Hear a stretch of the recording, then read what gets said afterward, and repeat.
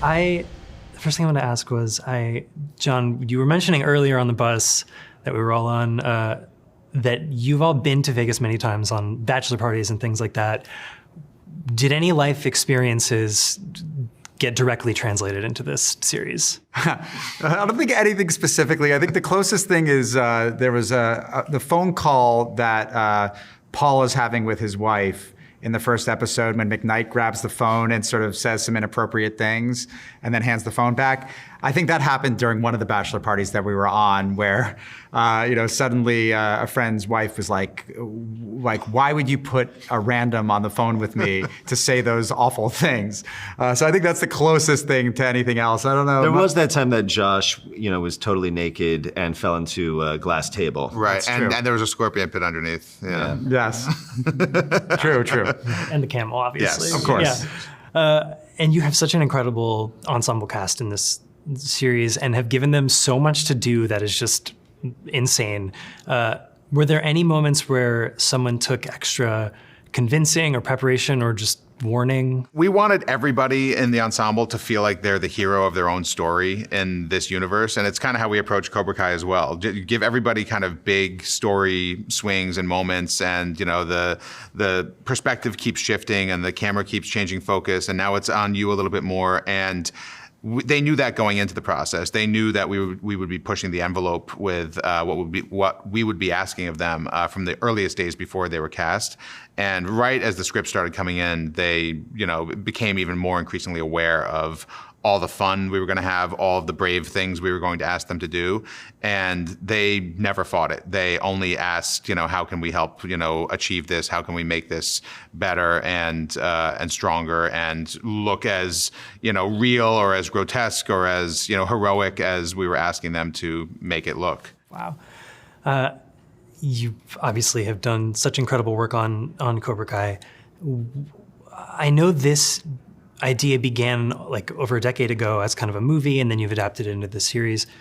What does it kind of mean for all of you to have this kind of take off as Cobra Kai is coming to a close? We love characters, and that's the through line of everything. And, Cobra Kai is, we're working on the final season. But everything happened at the right time because we shot season 4 and 5 of Cobra Kai back to back. And we were chomping at the bit to do something different, because you work on the same show. We love it, but creatively we wanted something, that was fresh. And so to come out of season 5 and work on Obliterated, we were chomping at the bit to do something new, work with new characters, new storylines, and a totally different genre. I mean, hard R and all of that. And now finishing, Obliterated, it's like I kind of want to go back to Cobra Kai. I equate it to like shooting Obliterated was like going to college and having a wild time, but then it's like I want to go back home now to my family. And so we're teed up to like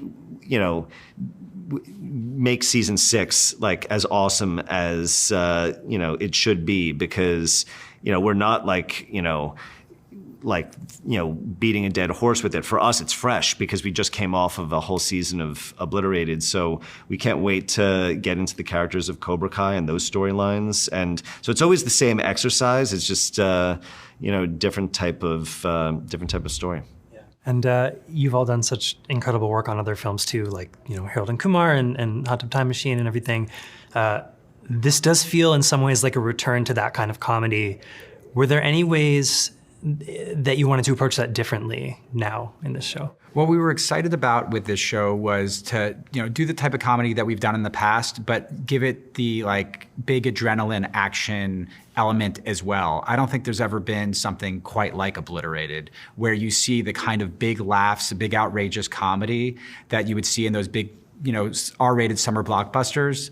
That's merged together with, the Mission Impossible type things. We don't quite have the budget of that, but we have big action like that where you're trying to, take the stakes really seriously and it's a life or death situation, but you also have, puke and gremlins and camels and body parts that, of all kind that you're seeing. This recipe, I don't think has happened before, especially in a TV series. And the fun thing is the movies that we worked on, there's usually a small group of protagonists. And with this series, we had, this big ensemble of 8 characters, diverse, different, male, female, different age groups. And so you give different types of characters their own wild Vegas night. Everyone gets their own hangover in this. And so it's that was a fun thing to be able to do as a series. Thank you so Awesome. much. Awesome. Thank you. Great chatting.